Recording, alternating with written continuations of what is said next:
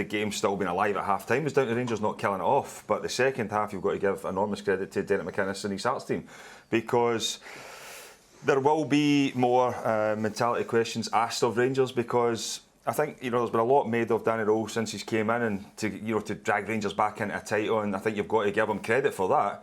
But the group was as low as it's possibly ever been. The only way was up, and this Rangers team should be winning games of football. Once again, it's got to a stage where you think Rangers are about to strike, and it's just fell flat again. You have to. Hearts are at the top of the table, and they've been at the top of the table now for a number of months. You have to expect that you're going to suffer in that second half. You're going to have to defend properly. You're going to have to see a team defend. And that's mentality. It's easy to say, when you're on the ball, everything's looking good and everything, but we've all played in teams where you have to suffer, you just have to dig in and get a result somewhere.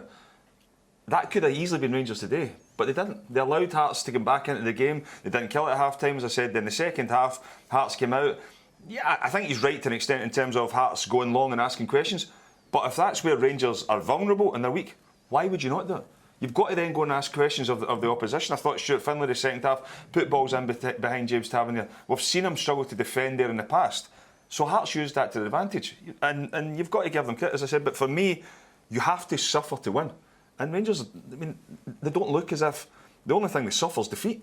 They don't fight. They're not together. They're not. As I said, the group was as low as it's ever been when Danny Rowe came in. But you don't get a trophy for getting back into a league. You have to then go and strike. And once again, Rangers have failed. Once they've got into that position where you think, we all sat here and said Rangers are favourite for the league a couple of weeks ago. Failed. Yeah. 2 games into split, done, finito. They're just absolutely delighted to get that ball away. That's togetherness. That is suffering. That is togetherness, knowing fine well that we're going to get through here. We're going to get the 3 points. We've got 3 games to go, and we're going to go and kick on. We're going to roll up to Firth Park on Saturday night. Yes, it's going to be a very difficult game, but Hearts will fancy themselves going there. I mean, the games between Hearts and Motherwell this season have been outstanding. Hopefully we get another one on Saturday night. But you look at the way Hearts were, it'd been quite easy for them to just to get at half-time. Well, by the way, Rangers are, they're a big club, they're here, they're arrived, they've performed the way they have the first half. We're in real danger here, they're going to close this gap, then all of a sudden there's a title race back on with the threes again. No. Hearts went the opposite way. We're going out there, we're putting a 45-minute show on to end Rangers, finish it, and then we'll kick on from there. And that's exactly what they've done. You can say it can back off the bar, but Rangers, I thought the second half offered absolutely nothing. Why do you think this continues to happen? There's been numerous managers since Steven Gerrard had the success. They've been in title races until the latter parts of seasons, and then all of a sudden there'll be a couple of games where it just seems to all fall apart. How and why does this keep happening? It's different players, different managers, but yet that mentality sort of seems to still be there. I mean, it's a good question. I don't know the answer.